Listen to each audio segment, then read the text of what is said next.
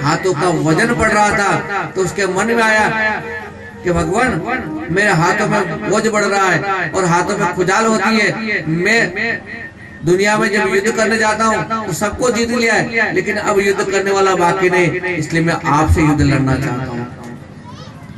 भगवान शंकर से युद्ध लड़ना चाह रहे थे। भगवान शंकर ने कहा कि मैंने भूल करी, तुझे 1000 हाथ दे दिए और तू मुझसे युद्ध करेगा। तो भगवान थोड़े नाराज हुए और कह दिया कि जा, जिस पर तुझे अभिमान है वो तेरे 1000 हाथ जो है एक एक करके गिर जाएंगे, कट जाएंगे। जिस दिन तेरे धर्म की ध्वजा झुक जाएगी। तो भगवान श्री कृष्ण के कहने पर मुझे पूछा नहीं, भगवान कृष्ण आप क्यों इनकी तरफ से युद्ध लड़ने आए हो? तो भगवान कृष्ण ने ये तो कहा था कि भगवान आपकी इच्छा अनुसार मैं बाणासुर के हाथों को काटने आया हूँ। और इस प्रकार जब हाथों से काटा और केवल 4 हाथ बचे, तब भगवान शंकर पधार गए। रुको रुको रुको कृष्ण, बस कम से कम 4 हाथ तो रहने दो, ये मेरा गण रहेगा। और इस प्रकार उन्होंने भगवान शिव के गण बने बाणासुर। और इस प्रकार शोणितपुर का राजा उनको बनाया गया। जब देवों की भलाई महिषासुर का वध हो गया, अगला प्रसंग है। महिषासुर का जब वध हो गया तो महिषासुर का जो पुत्र है जिसका नाम था गजासुर, जब हम देवी की आराधना करते हैं, दुर्गा सप्तशती के पाठ करते हैं, तो उसमें ऐसे कई असुर का उद्धार हुआ है। तो महिषासुर का जब उद्धार होता है तो उसका पुत्र गजासुर जो था वो बदला लेने के लिए ऐसी साधना करने चला गया कि मैं उग्र तपस्या करूंगा। देखो एक बात आपको बड़ी सुंदर बताता हूँ कि साधना करने वाले व्यक्तियों ने कौन साधना करता है कि जो उग्र, जो गुस्सा करने वाला हो, जिसमें ज्यादा गुस्सा करने वाला व्यक्ति होता नहीं, वो एक कठोर नियम पालन कर सकता है। जो सरल हो से नियम पालन नहीं होते। तो जब तब जितना भी किया है सबसे ज्यादा राक्षसों ने करा है। और किस बात के लिए कि बस मैं अब तुमको छोड़ूंगा नहीं। और वो ऐसा कठोर तपस्या, जैसे नवरात्रि में आपने देखा होगा कुछ लोग ऐसे हैं कि नवरात्रि के दिनों में बिना जूते बिना चप्पल पहने रहूंगा, कुछ नहीं खाऊंगा, पानी भी नहीं पीऊंगा, ऐसे ऐसे भी होते हैं। तो लोग समझाते भी है शरीर है, कुछ तो देना पड़ेगा। बोले आपको क्या करना, माता ही सब कृपा करेगी। और वास्तव में उसके 9 दिन पूरे निकल जाते हैं, उसके सुई भी नहीं चुभती है। और जो डर डर के व्रत करता है कि 1 टाइम करो 2 टाइम करो, देखना 7वें 8वें दिन तो बुखार आ गया है, हवन में नहीं बैठ पा रहे हैं। और तो शरीर का, क्योंकि वो साधारण लोग थे। और जो उग्र व्यक्ति होता है, क्रोधी होता है, गुस्से वाला होता है, वो सब सहन कर लेता है। तो राक्षस लोग हमेशा उग्र तपस्या करते थे और उन्होंने ब्रह्मा जी को पसंद कर लिया। कहते ब्रह्मा जी को पसंद करके उन्होंने तीनों लोगों को जीत लिया। और उसने देवताओं को अपने चरणों में गिराकर प्रणाम करने के लिए कहा, देवताओं आओ मेरे पैरों में गिर जाओ। और सबको महेंद्र पर्वत पर रखने की आज्ञा दी। वह विषय लोलुप बन गया। देखो जिसको बहुत राज्य मिल जाए, विजेता बन जाए, अहंकार आ जाता है, तो वह व्यक्ति क्या करता है कि विषयों से गिर जाता है। और धीरे धीरे विषयों से गिरने के बाद में वह शास्त्रों का और मर्यादाओं का उल्लंघन करने लग जाता है। साधुओं की, ब्राह्मणों की, इनकी आलोचना करने लग जाता है। और इस प्रकार यह गयासुर भी सब तपस्वियों को कष्ट पहुंचाने लगा। तब सारे इंद्रादी देवताओं ने विचार किया कि अब क्या करें, हम किसकी शरण में जाएं? चलो हम भोलेनाथ की शरण में जाते हैं। भगवान शंकर के पास पहुंचे। हर हर महादेव। भगवान ये गजासुर है, इसने हमारा सारा राज्य छीन लिया है।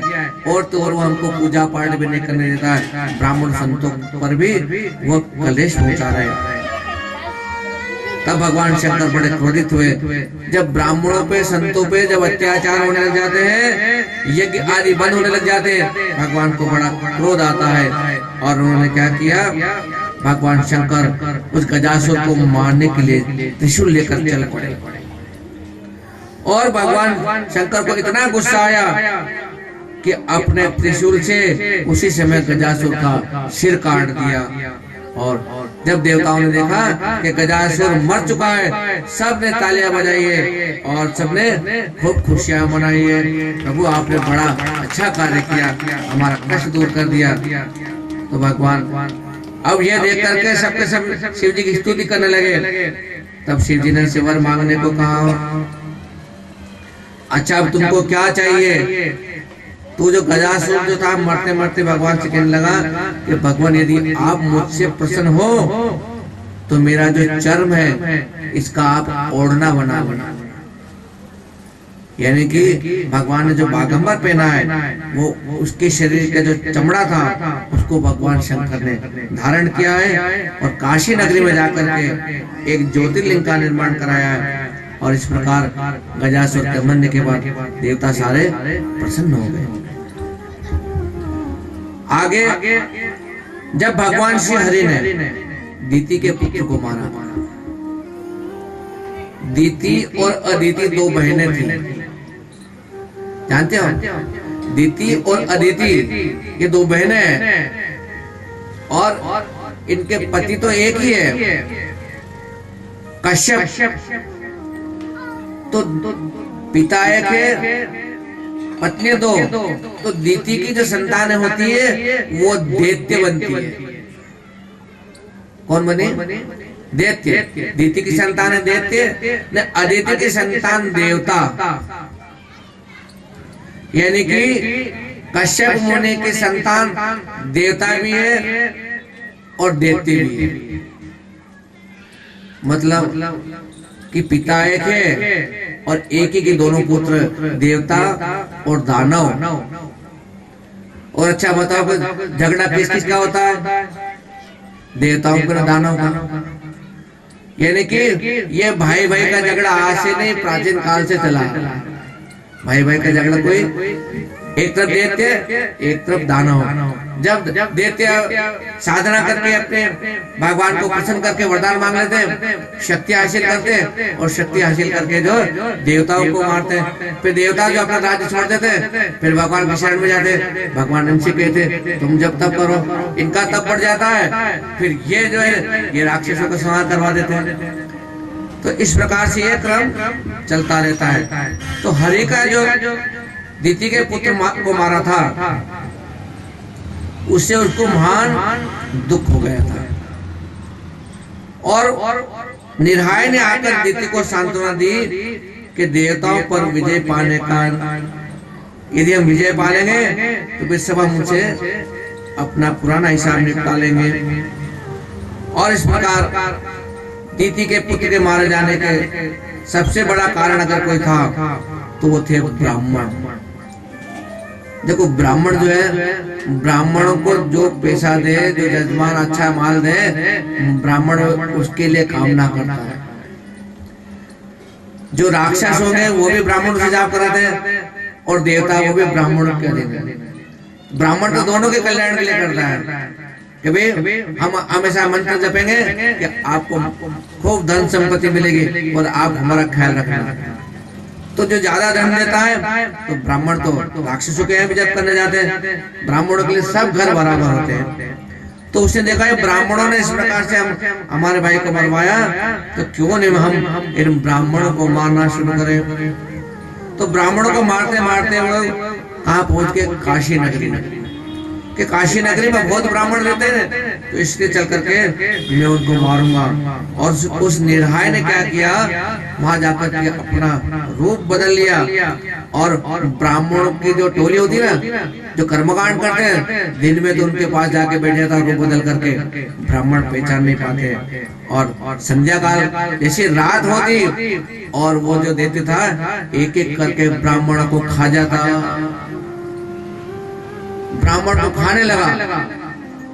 एक समय की बात है, महाशिवरात्रि का पर्व आया और जब महाशिवरात्रि का पर्व आया, सुबह ब्राह्मणों ने भगवान की पूजा की, मंत्रोच्चार किया।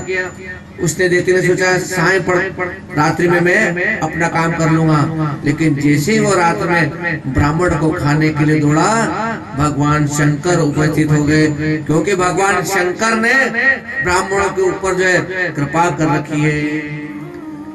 इसीलिए अधिकांश ब्राह्मण जो होते हैं भगवान शंकर की आराधना करते हैं, त्र्यंबकम का, यदामय का जाप करते हैं, और ऐसे कई मंत्र हैं जिनसे ब्राह्मण सुरक्षित रहते हैं। कहते इस प्रकार भगवान श्री जी ने प्रकट होकर के एक मुक्का मार के उसका भी उद्धार कर दिया है। आगे बताया कि बिंदल और उत्पल नाम के भी दो राक्षस थे, और उन्होंने तप करके भगवान शंकर को प्रसन्न किया, और भगवान शंकर से वरदान मांगा कि भगवान हम न मरे, ऐसा वरदान दो। भगवान ने तो तथास्तु कह दिया, और वे अभिमानी होकर के उन्होंने सारे ब्रह्मांड को जीत लिया, और इस प्रकार देवताओं को जीतकर तरह तरह के अत्याचार कर गए। जो एक बार गादी पे बैठ जाता है, जिसके पास शक्ति होती है, तो अपने मन मर्जी का कार्य करने लग जाता है। देवताओं ने उनके अत्याचार से दंगा करके पुनः अपना दुखड़ा ब्रह्मा जी के पास गए, भगवान ये क्या हो रहा है? ये बिंदल और उत्पल नाम के देवताओं ने शक्ति प्राप्त करके हमें हमारा दुख बढ़ा दिया है। तो ब्रह्मा जी ने क्या किया कि इन दोनों को तो कोई नहीं मार सकता है, क्योंकि भगवान शंकर ने ऐसा वरदान दिया, तो फिर कौन मारेगा इनको? बोले इन दोनों को तो केवल माँ पार्वती ही मार सकती है। देखो, जिसका कहीं इलाज नहीं हो तो फिर उसका इलाज तो माता जगदम्बा करेगी। बहुत सी ऐसी बीमारी होती है, जगह जगह चले जाते हैं, इलाज करवाते हैं, ठीक नहीं होते, फिर सब कहते हैं ऐसा करो, अब माता जी के वहां पधार जाओ, चाहे भागम माता जाओ, चाहे नालचा माता जाओ, तो वहां जाओगे तो आपका रोग दूर हो जाएगा, क्योंकि वो दिव्य शक्ति है जिसको भगवान शंकर ने पूरा कर पाते हैं, वो जगदम्बा दूर करती है। यही बताया कि तुम जगदम्बा की आराधना में जाओ, और इस प्रकार जो है धैर्य रख करके सबने शिव जी का ध्यान किया, और भगवान शंकर की प्रेरणा से नारद जी बिंदल और उत्पल दैत्यों के पास गए। भगवान शंकर ने नारद जी को भेजा, तो नारद जी जो थे उन दोनों दैत्यों के पास जाकर के उनका आदत क्या है? केवल इधर की उधर करना। तो नारद जी के नारायण हरि, अरे क्या हाल चाल है बिंदल उत्पल? बोले आपकी कृपा से सब आनंद है देवर्षि, बताओ संसार में कुछ और क्या चल रहा है? कुछ नहीं, सब ठीक है, पर तुमने सब कुछ तो पा लिया, राजपाट पा लिया, लेकिन इस संसार में एक सुंदर स्त्री और है, तुम उस स्त्री को भी पालोगे तो तुम्हारा आनंद और बढ़ जाएगा। भाई जिसके पास धन हो, मकान धन खेती सब हो, तो उसके घर में कोई स्त्री विवाह नहीं हो तो किस काम का? तो उस बात को दोनों ने पूछा कि भगवान अब ये बताओ कि ऐसे कौन है संसार में सबसे सुंदर? तो माँ पार्वती का पता बता दिया कि शिव जी की पत्नी जो है उससे सुंदर संसार में कोई नहीं है। अब दोनों देते जो थे, चलो हम तो उसको प्राप्त करेंगे। और जो है एक दिन की बात है, पार्वती अपने सखियों के साथ में एक खेल खेल रही थी। देखो आजकल तो खेल भी बंद हो गए, आजकल तो खाली मोबाइल पे खेल रहे हैं। और स्कूल में भी बच्चों को खेल नहीं सिखाया जाता है, जबकि खेल का एक पीरियड होता था, उसमें कई प्रकार के खेल, अगर कभी खेल के नाम आपको सुनना है तो भगवान श्री कृष्ण की कथा आती ना, उसमें सारे खेल के नाम आते हैं। तो पहले सबसे बड़ा अगर कोई खेल होता था, सबसे बढ़िया, तो वो होता था गिंदू का खेल। गिंदू मतलब आजकल गेंद बोलते हैं ना। कौन खेला बचपन में गिंदू से? आजकल तो मिलती नहीं गेंद।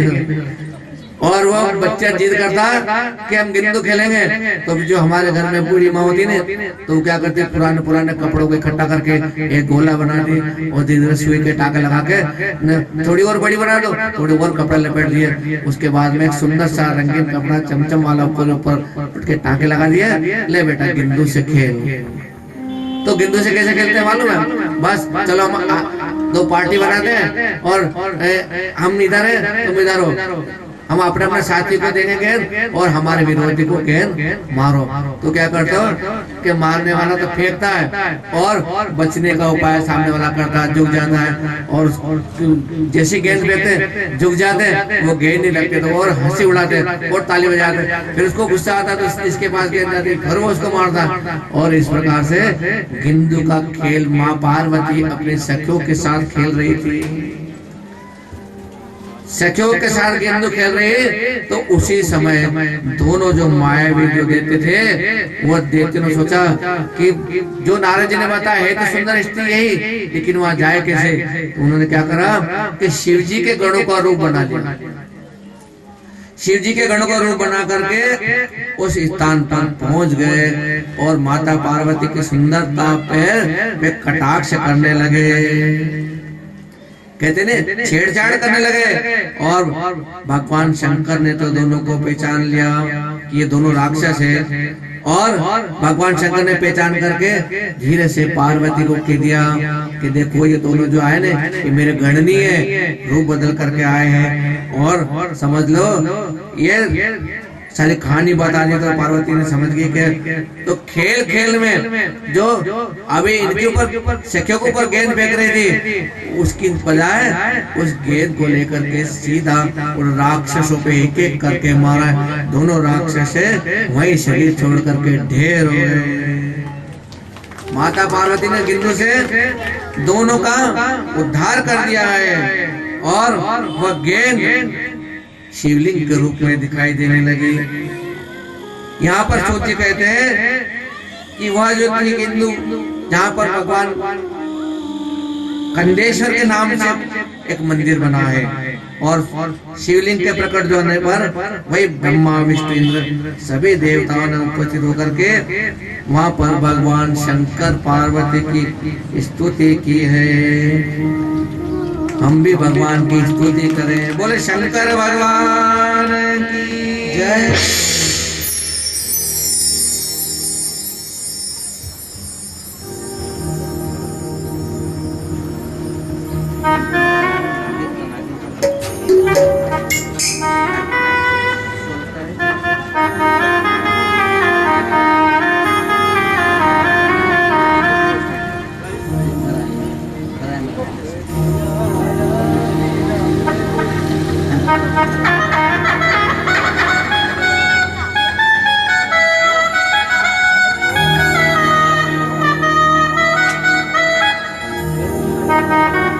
जय जय भोले कैलाशी,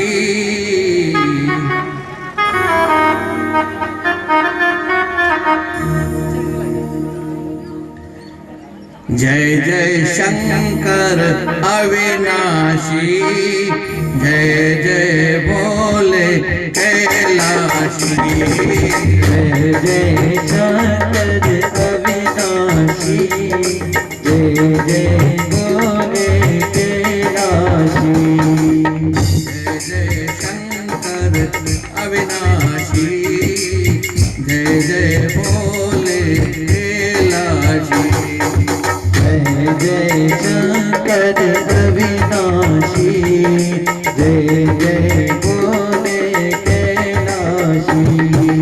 इंद्र मृदंग बजाते हैं, मृदंग बजाते हैं, गणपति ताल बजाते हैं, गणपति ताल बजाते हैं, नाच रहे हैं कैलाशी, जय जय भोले अविनाशी, नाच रहे कैलाशी, जय जय भोले अविनाशी।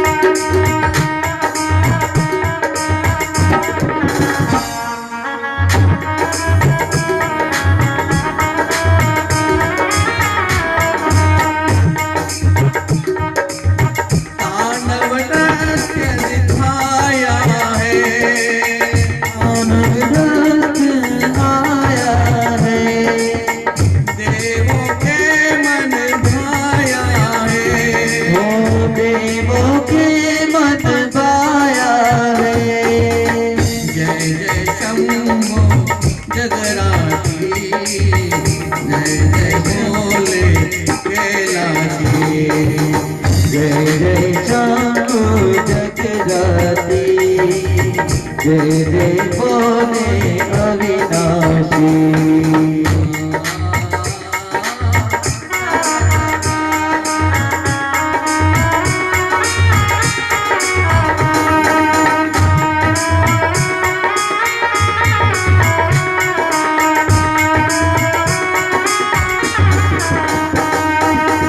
गिरिजा माय विराजे है,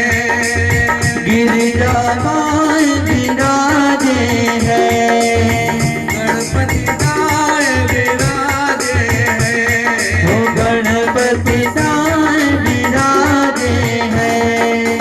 सन्मुख नंदी गणवासी, जय जय बोले अविनाशी। सन्मुख नंदी गणवासी, सजन बोले अविनाशी।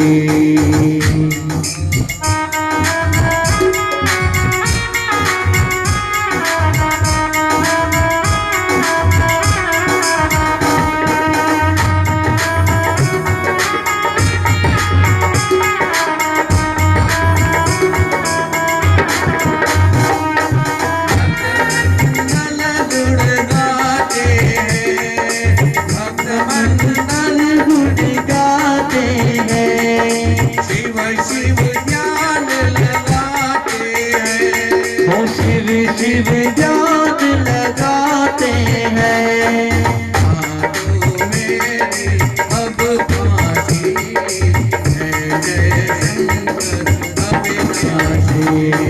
काटो मेरे अब फांसी, जय जय शंकर अविनाशी।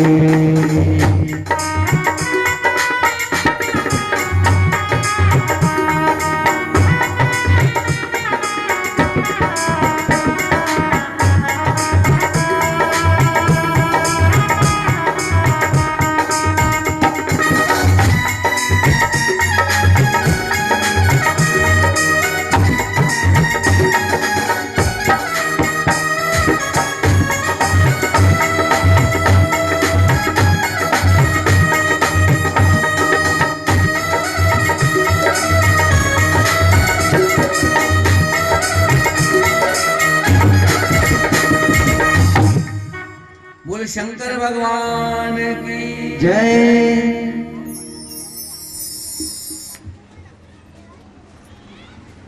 सूजी महाराज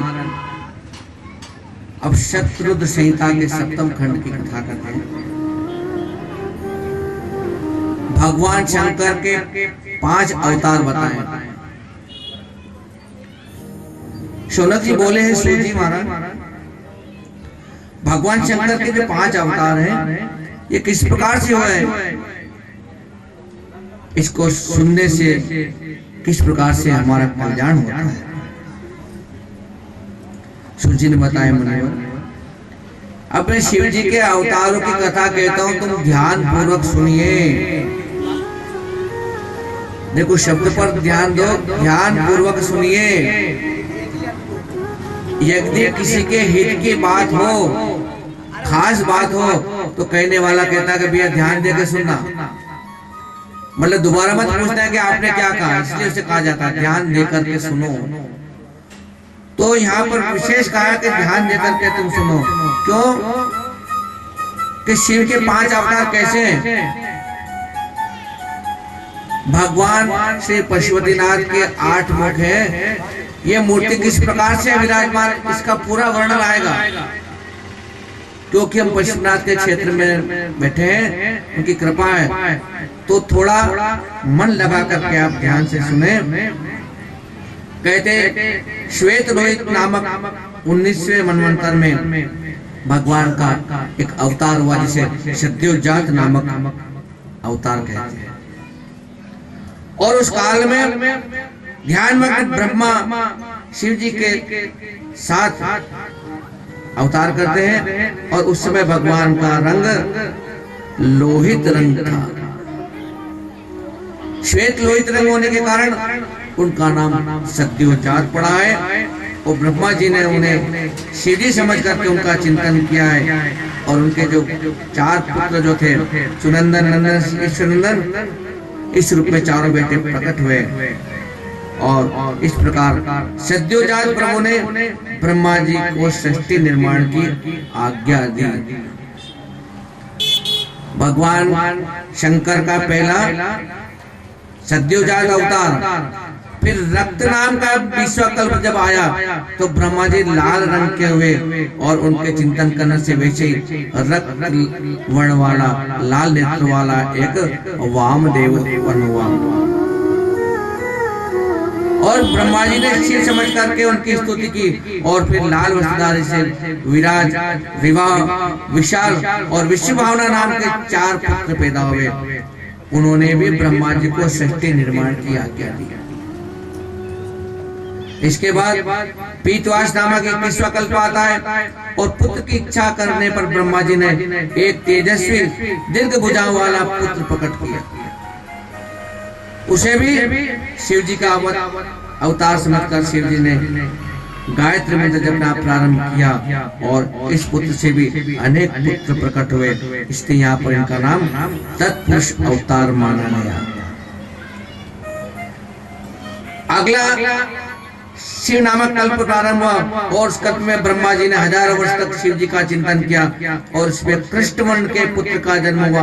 तो इस कृष्ण वर्ण वाले अद्भुत देवेश को ब्रह्मा जी ने प्रणाम किया और ब्रह्मा जी की स्तुति करने के बाद यहाँ भी उनके 4 पुत्र प्रकट हुए, कृष्ण, कृष्णाशिव, कृष्णाशय और कृष्ण कंठधारी। ये सभी अव्यय नाम वाले तेजस्वी थे, शिव स्वरूप थे। इन्होंने ब्रह्मा जी के सृष्टि निर्माण के लिए एक अनोखा योग दिया, इसलिए भगवान का यहाँ पर नाम अघोर अवतार माना गया। उसके बाद ऋषि स्वरूप नामक कल्प हुआ और इस कल्प में ब्रह्मा जी के चिंतन से सरस्वती का प्रादुर्भाव हुआ और तभी उसी तरह वेश धारण किए हुए पुत्र के रूप में शिव जी का अवतार होता है। ब्रह्मा जी ने इन्हें ईश को प्रणाम किया है। शिव जी के ब्रह्मांड सन्मार्ग का उपदेश दिया है और इन शिव जी के 4 पुत्र हुए। उनमें एक का नाम जति, मुंडी, शिखंडी और अर्धमुंडी थे। इन्होंने योग को धारण किया है, इसलिए भगवान का ईशान अवतार कहलाया है। ये 5 अवतार जो है शिव जी के, ईशान, पुरुष, अघोर, काम, संरक्षक और ब्रह्म संरक्षक, ये 5 मूर्तियां प्रसिद्ध है। जो भी शिव की पूजा होती है उसमें भगवान शंकर को पंचमुख मान करके पंचमुख की ही पूजा की जाती है। और पंचमुख के साथ में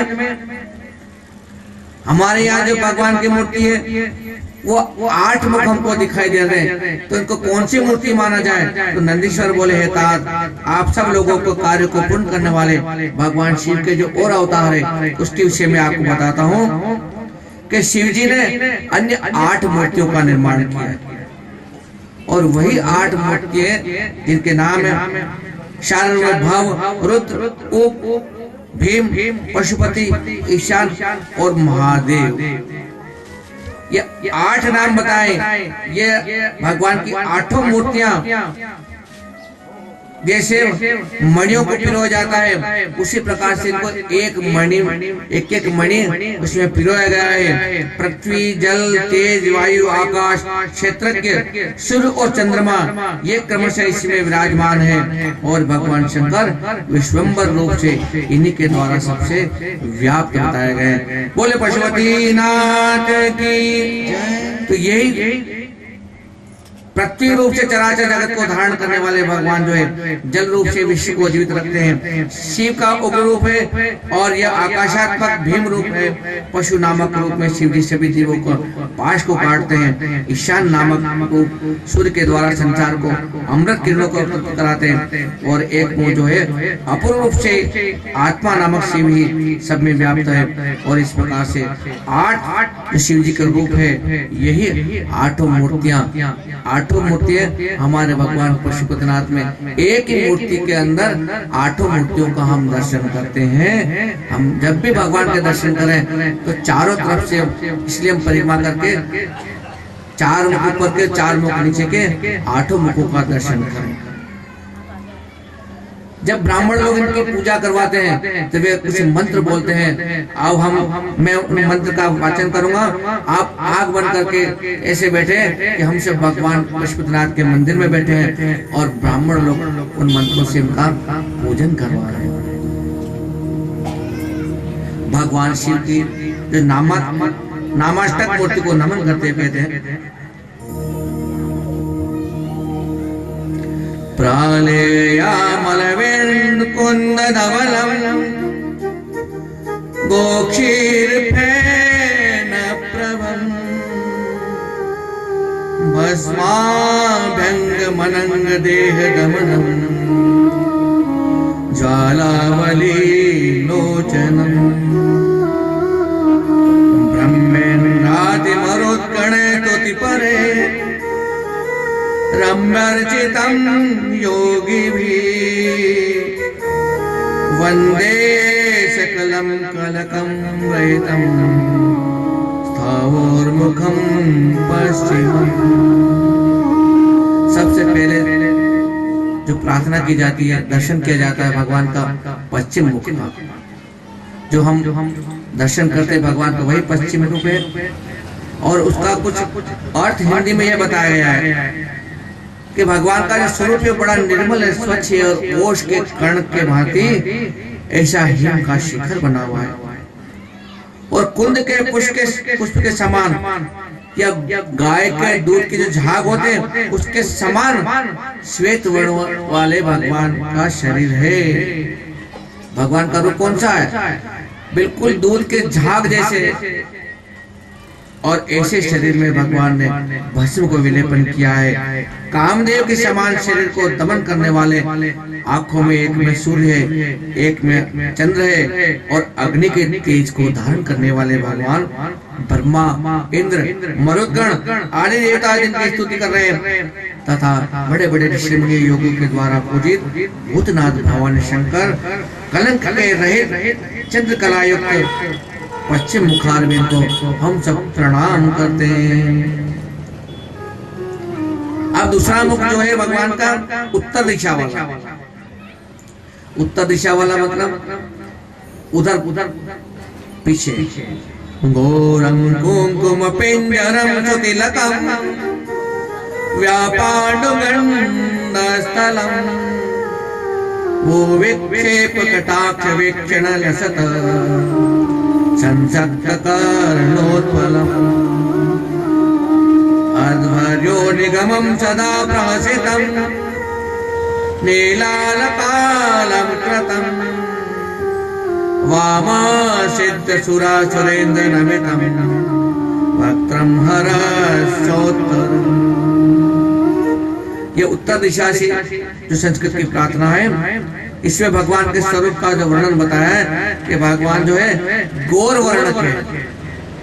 गौर वर्ण मतलब केशर आदि सुतिलक और पीले गले वाले, तिरछी भौं वाले, आधे नेत्र खुले और आधे बंद और भक्तों पर कृपा करने में तत्पर भगवान शिव कानों पर कमल पुष्पों को धारण किए हुए और जो स्तुति करके गाए जाने वाले जो भक्त हैं सदा उस मुखार बिंद को देख करके नीले अत्यधिक श्याम जटाओं से अलंकृत सिद्ध सुर असुरों से नमस्कार भगवान वामदेव के उत्तर मुखार बिंद को हम सब स्मरण करते हैं।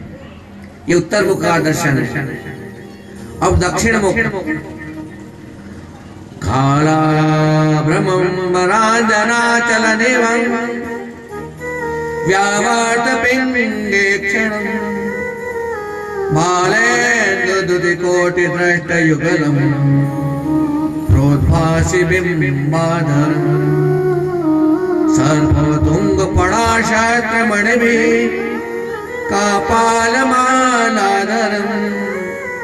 घोरा दक्षिणमेश्वर वदनम् प्रोभ्रङ्गरोद्रजयति। अब दक्षिण दिशा के मुख की तरफ जो प्रार्थना की जाती है मंत्रों की, उसका अर्थ समझे कि काले मेघ के समान, भ्रमर और कज्जल के पर्वत के समान, पीले नेत्रों से युक्त उनका ललाट और चंद्रमा से भी कोटि गुणित कांति वाले, कराल पृष्ठों वाले, प्रकाशमान लाल लाल अधरों वाले, हजारों मणियों की माला को धारण करने वाले, सर्पों से आलिंगित और कपाल की माला धारण किए हुए, कहते हैं कि भूरंग माद से अत्यंत भयानक श्री शंकर के अघोर दक्षिण कारविन को हम नमन करते हैं। चौथा जो पूर्व दिशा का है, पूर्ण वक्त्राय तत्पुरुषाय नमः। संवर्ताकृतडे प्रताप कनक सस्पर्शेजोमयम् गंभीर स्वर साम वेद मुदितम् प्रोद्भासिताम्रागरम् गंगो तुंग तुरंग पिंगल जटा बालेन्द्रनेत्रत्रयम् वक्त्रं तत्पुरुषं सुरेन्द्र नमितम् पूर्वमुखम शूलिनम्। ये जो पूर्व मुख है उसका वर्णन संस्कृत के बाद में हिंदी में बताते हैं। जैसे प्रलयकालीन अग्नि जो होती है वैसा तेज उस विद्युत से तपे हुए सोने के समान, जिसका गंभीर स्वर है और सामेत के द्वारा प्रसन्न होने वाले, लाल होठ के समान प्रकाशमान, मस्तक पर पतित पावनी गंगा जी को धारण किए हुए, जिनकी ऊंची तरंगे फैल रही है, पीली जटाओं वाले, उन्नत ललाट का देश है और चंद्रगाम और त्रिनेत्र को धारण करने वाले भगवान शूली के तत्पुरुष नाम वाले पूर्वाभिन को हम सब ध्यान करते हैं। अब पांचवा मुख ऊर्ध्ववक्त्राय ईशानाय इसको कहते हैं। व्यक्त गुणोत्तरंत विमलम षट्विशतत्वात्मकम् वेदाक्षरं मंत्रशास्त्र विलयम् ध्येय सदा योगिभिः सर्वज्ञतमतिस्वरत्वमचलम् सूक्ष्मातिसूक्ष्मं परम् शान्तं पंचमद्रीश्वर स्वयंभजनम् संव्यापिते जोमयम्। पांचवें की संस्कृत प्रार्थना का हिंदी अर्थ है जो व्यक्त और अव्यक्त जो दिख रहा है या नहीं दिख रहा है, जो गुणोत्तर निर्मल 36 तत्वों से युक्त होकर के ओंकार स्वरूप जो मंत्र का शास्त्र है उसमें मिले हुए सदा योगियों को ध्यान किए जाने वाले सर्वत्र अतीश्वर अंचल सूक्ष्म से भी सूक्ष्म शांत आकाश व्यापी तेजमय भगवान ईशान के पंचम मुखारबिंद का हम नमन करते हैं। बोले पशुपति नाथ की। अब भगवान के 5 मुख का वर्णन किया है और आप सोच रहे क्या भगवान के 8 मुख है। 8 भगवान की मूर्तियां हैं, मुख तो भगवान के 5 ही है। मूर्ति में कितनी मूर्तियां हैं? मूर्तियां 8 हैं। दूसरी एक ही शिवलिंग में विराजमान है तो हम कहते हैं अष्टमुखी भगवान पशुपतिनाथ। यानी एक एक मूर्ति का जो नाम आया था, एक बार फिर और आपको नाम बता दो। भव शर्वो रुद्र पशुपति रस्तोग्र सहमा सदा भीमेशाना विदीयत विदा नाष्टकमिदम् अमोऽस्मिन् प्रत्येकं प्रविचरत देव श्रुतिरपि या यास्मे धाम्ने प्रणिहित नमश्चोऽस्मि भवते। क्या कहते हैं? हे देव भाव सर्व रुद्र पशुपति उग्र महादेव भीम ईशान, ये जो आपके 8 नाम हैं, ये 8 नाम एक एक मूर्तियों के हैं और वो 8 ही मूर्ति हमारे एक ही विशाल शिवलिंग में विराजमान है। इसलिए कहते कि बोले पशुपति नाथ की जय।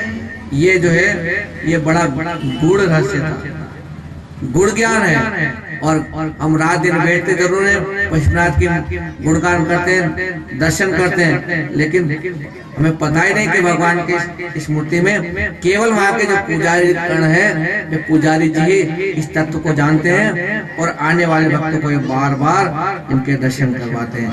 आइए हम भगवान पशुपतिनाथ के पास बैठे हुए तो भगवान पशुपतिनाथ का प्रार्थना करें कि शिव जी का कोई अलग से भजन गाए। पशुपतिनाथ का भजन गाने के शिव जी का कोई नाच बाज।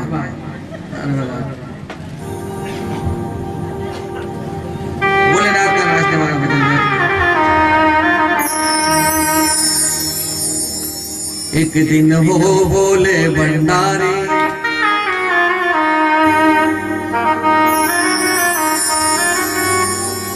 बन के सुंदर नार बिरज में आ गए, बिरज में आ गए।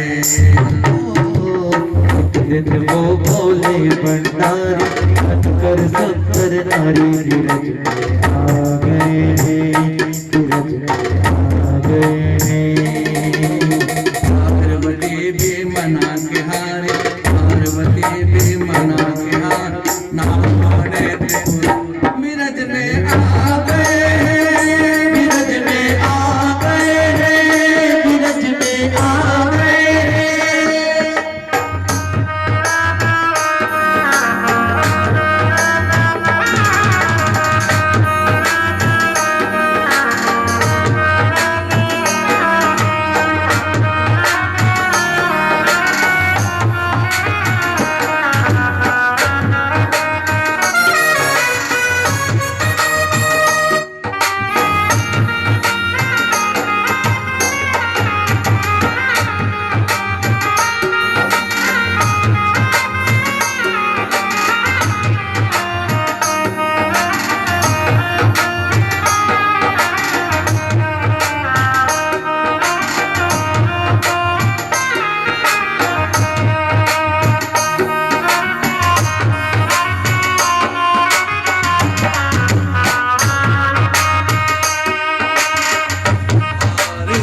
से बोले मैं भी चलूंगा तेरे संग में, हो तेरे संग में। ओ पार्वती से बोले मैं भी चलूंगा तोरे संग में, तोरे संग में। राधा संग श्याम नाचे मैं भी नाचूंगा तेरे संग में, हो तेरे संग में। राधा संग श्याम नाचे मैं भी नचूंगा तोरे संग में, तोरे संग में। आस रचेगा ब्रज में भारी, आस रचेगा ब्रज में भारी, मुझे दिखाओ गोकुल में आ गए, हो गोकुल में आ गए, गोकुल में आ गए, हाँ गोकुल में आ गए।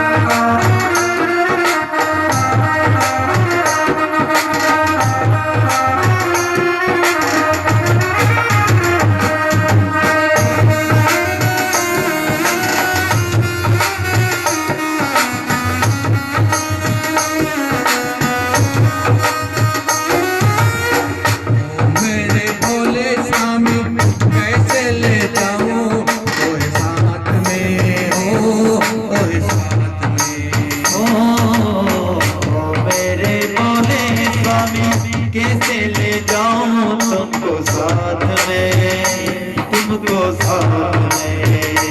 मन के सिवा वहाँ कोई पुरुष न जावे रास में, हो रास में। मन के सिवा वहाँ कोई पुरुष न जावे रास में, महारास में। हंसी करेगी ब्रज किनारे, हंसी करेगी ब्रज किनारे, माधो बाबा गोकुल में आ गए, गोकुल में आ गए। वो एक दिन वो बोला भंडारी बनकर सुंदर नारी गोकुल में आ गए, गोकुल में आ गए।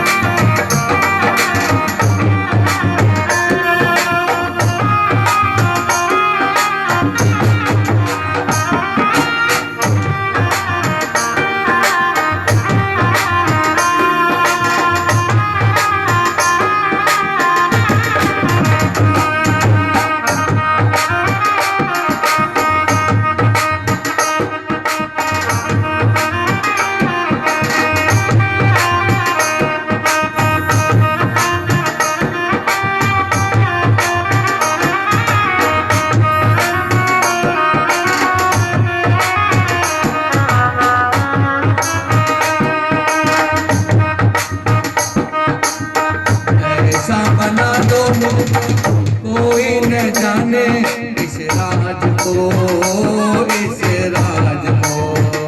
हो ऐसा सजा दो मुझको, कोई ना जाने इस राज को, इस राज को। सहेली तेरी ऐसा बताना ब्रजराज को, ब्रजराज को। हो मैं वो सहेली तेरी ऐसा बताना ब्रजराज को, ब्रजराज को। लगा के बिंदिया पान के साड़ी, लगा के बिंदिया पान के साथ चांद चले गोकुल में आ गए, हो गोकुल में आ गए। हो एक दिन बाबा ला भंडारी बनकर सुंदर नारी गोकुल में आ गए, गोकुल में आ गए। बिरग में आ गए, बिरग में आ गए।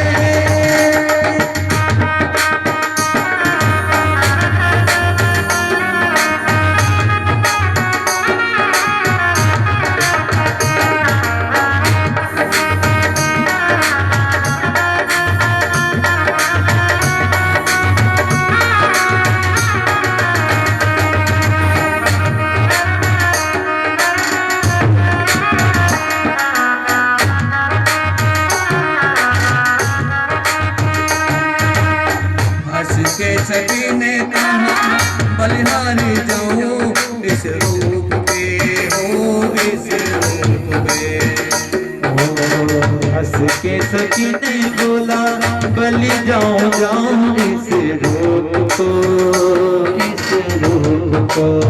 एक दिन तुम्हारे लिए आए मोरारी इस रूप में, हो इस रूप में।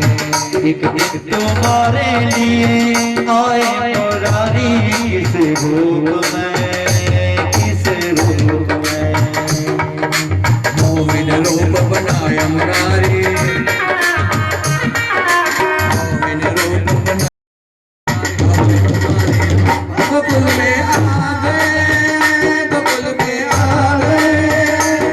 हो एक दिन बाबा ला भंडारी बनकर सुंदर नारी गोकुल में आ गए, बिरग में आ गए।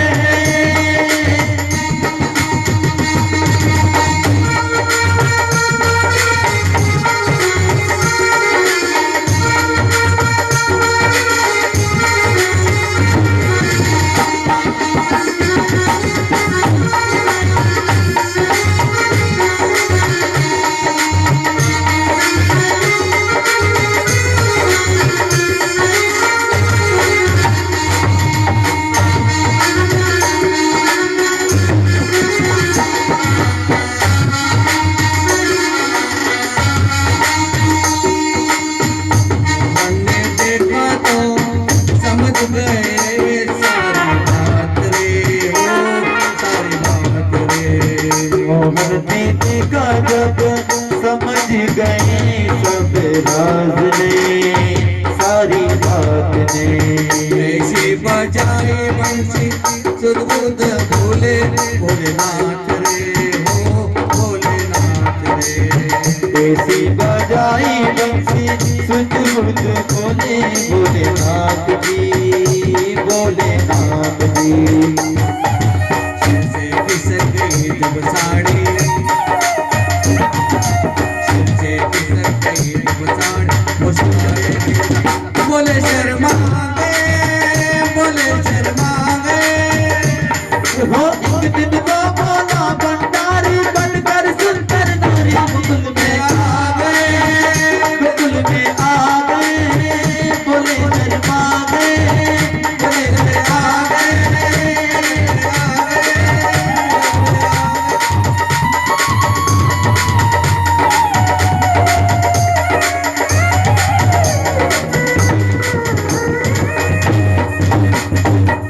बोले शंकर भगवान की।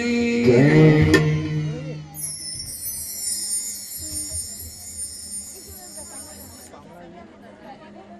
अब मूर्तियों का वर्णन के बाद में आज हमारे बीच में अभी विश्राम का टाइम कितना बचा? 20 मिनट बचे। हमारे मुख्य अतिथि के रूप में मंचोर के पत्रकार संघ के अध्यक्ष ब्रजेश जी जोशी भाई साहब पधारे, का स्वागत है। थोड़ी देर जोशी साहब थोड़ी देर मंच पर विराजमान रहे।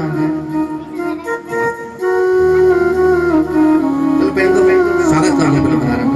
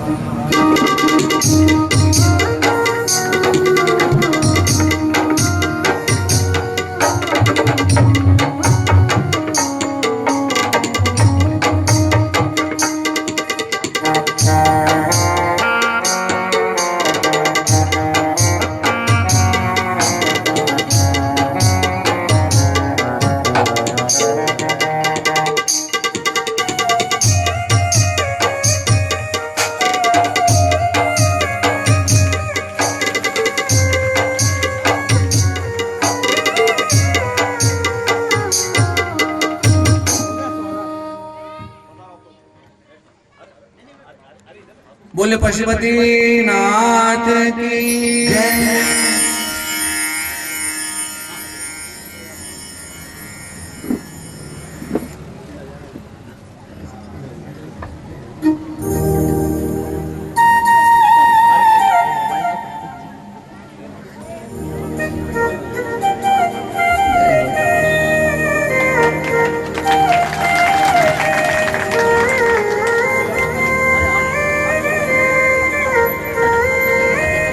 थोड़ी 10 मिनट कथा करने के बाद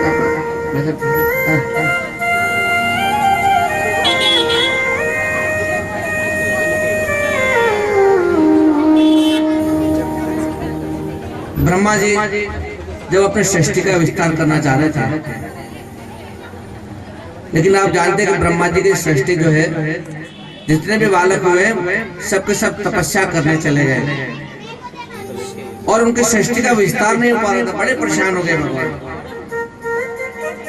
तो भगवान ने क्या किया, ब्रह्मा जी ने कि शंकर की आराधना की, और शंकर की आराधना की तो भगवान साक्षात वहां प्रकट हो गए, शिव पार्वती के रूप में ब्रह्मा जी को दर्शन दिया। और दर्शन करके ब्रह्मा जी से बोले, ब्रह्मा जी क्या बात है, आपने इतनी तपस्या क्यों की है, आप क्या वर चाहते हैं? तो ब्रह्मा जी कहने लगे, भगवान परम शक्ति को शिव जी से अलग हुए देखकर इस प्रकार मैंने स्तुति की है। हे शिवे, आपके पतिदेव देवों के भी देव है, इनकी कृपा से मेरी रक्षा हुई है। शिव जी के द्वारा ही समस्त सृष्टि का सृजन हुआ है। हे शिवे, मैं बारंबार देवताओं को अपने मन में बसाता हूँ, परंतु वे मेरी सृजन बुद्धि को धारण नहीं करते। अब क्या करूं? तो ब्रह्मा जी के मन में आया कि अब मैं मैथुन सृष्टि की रचना करता हूँ। नर और नारी की मुझे आवश्यकता है। मैं नर और नारी कहां से लाऊं? मेरी बुद्धि काम नहीं कर रही है, मेरी शक्ति काम नहीं कर रही है। भगवान शंकर, आप मुझे अपनी शक्ति प्रदान करें, क्योंकि आप सर्वेश्वर हैं, शक्ति संपन्न हैं और सारे देवताओं के ईश्वर हैं। हे शिवे, आप अपने सामर्थ्य के अनुसार संसार की सृष्टि के लिए दक्ष की पुत्री के रूप में उपस्थित प्रकट होने की कृपा करें। ब्रह्मा जी की प्रार्थना सुनकर के पार्वती, शंकर भगवान ने दोनों ने तथास्तु कह दिया, और उसके पश्चात शिव पार्वती दोनों एक रूप हो गए। एक रूप होकर के कहते तब से जो है संसार में स्त्री का भाग निश्चित हो गया। और यहाँ पर भगवान ब्रह्मा जी के शरीर के 2 भाग हो गए, तो एक भाग से तो स्त्री और एक भाग से पुरुष का। तो यहाँ जो भगवान ने दर्शन दिए थे वो शरीर भगवान शिव के शरीर में आधे में तो पार्वती और आधे में शंकर यानी अर्धनारीश्वर का अवतार हुआ है। बोलो अर्धनारीश्वर भगवान की जय हो। आगे चलकर एक शरभ का अवतार हुआ है। शरभ को जानते हो? नहीं, नाम सुना होगा। एक पक्षीराज बहुत बड़ा, जैसे गिद्ध होता है ना, गिद्ध बहुत बड़ा पक्षी, आकाश में खूब दूर उड़ने वाला। कहते नरसिंह अवतार जब हुआ था, नरसिंह अवतार जब हुआ था तो हिरण्यकश्यप का वध हुआ। तो भगवान शिव जी ने वीरभद्र से कहा कि तुम नरसिंह के क्रोध को शांत करो, क्योंकि भगवान जब नरसिंह का अवतार उनका क्रोध शांत नहीं हो रहा था। तो भगवान की आज्ञा से वीरभद्र वहां पर पहुंचे और वे हरि से बोलने लगे। हरि कौन?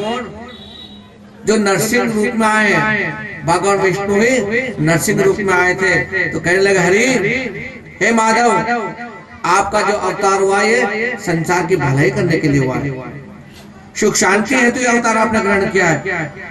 आप अविनाशी हो, सबके पालनहार हो। आपने नरसिंह रूप में पृथ्वी का उद्धार करने के लिए हिरण्यकश्यप को मारा है, और आपने जिस कार्य के लिए अवतार लिया था वो कार्य आपका पूर्ण हो चुका है भगवान।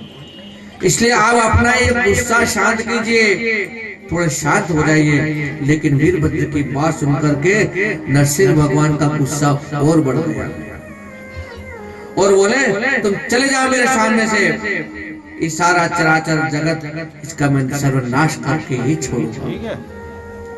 यहाँ पर जगह जगह जो भी है, हर जगह मेरा शासन है और मुझ पर किसी का शासन, किसी का आदेश लागू नहीं हो सकता। मैं संहार करता हूँ, मैं अभी अपनी शक्तियों के द्वारा जिसका मैं स्वामी हूँ सारे संसार को नष्ट कर दूंगा। विष्णु भगवान की इस अहंकार वाणी को सुनकर वीरभद्र को गुस्सा आ गया, क्योंकि संसार को संहार करने का काम तो शिव जी का है। वीरभद्र इस बात को सुनकर के क्रोधित हो गया और बोलने लगा, क्या तुम नहीं जानते भगवान कि संसार को संहार करने वाले तो केवल शिव जी है, और तुम शिव जी को नहीं जानते हो। आपके हित के लिए मैंने शिव जी के कहने पर ही आपके पास आया हूँ, आपको समझाने आया हूँ। आप समझ जाओ, अपना क्रोध समाप्त कर दो।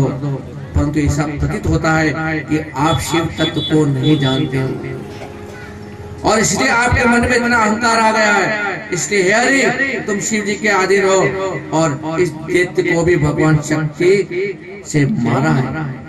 बंद कर देना चालू। दक्ष के यज्ञ में भी मैंने तुम्हारा सिर काटा था, तुम्हारे पुत्र ब्रह्मा का 5वां सिर का छेदन में मैंने काटा है। अब मैं दोबारा नहीं जमा। इन सब बातों को भूल गए भगवान। आज इसी अंत तक संसार में शिव जी की शक्ति फैली है। हे नरसिंह, तुम अपना रूप शांत करो, नहीं तो मैं अपना क्रोध निकाल लूंगा। जब मेरा गुस्सा आएगा तब तुम मेरा कुछ नहीं कर पाओगे। और वीरभद्र ने क्या कहा? नरसिंह के उस रूप पर झपट पड़े और आकाश में व्याप्त शिव जी का जो कठिन तेज सरत फैल गया। वीरभद्र ने नरसिंह को अपनी भुजा में पकड़कर जकड़ लिया। वीरभद्र ने पकड़ लिया नरसिंह को, और वे अत्यंत व्याकुल होकर के नरसिंह भगवान छटपटाने लगे। और वीरभद्र जो था नरसिंह भगवान को ऐसे ऐसे एक खाक में पकड़ करके, वो जो पक्षी रूप में भगवान का अवतार है, तो खाक में भर करके एकदम आकाश में उड़ गए नरसिंह भगवान को लेकर के, और शिव जी के वृषभ के पैरों में जाकर डाल दिया।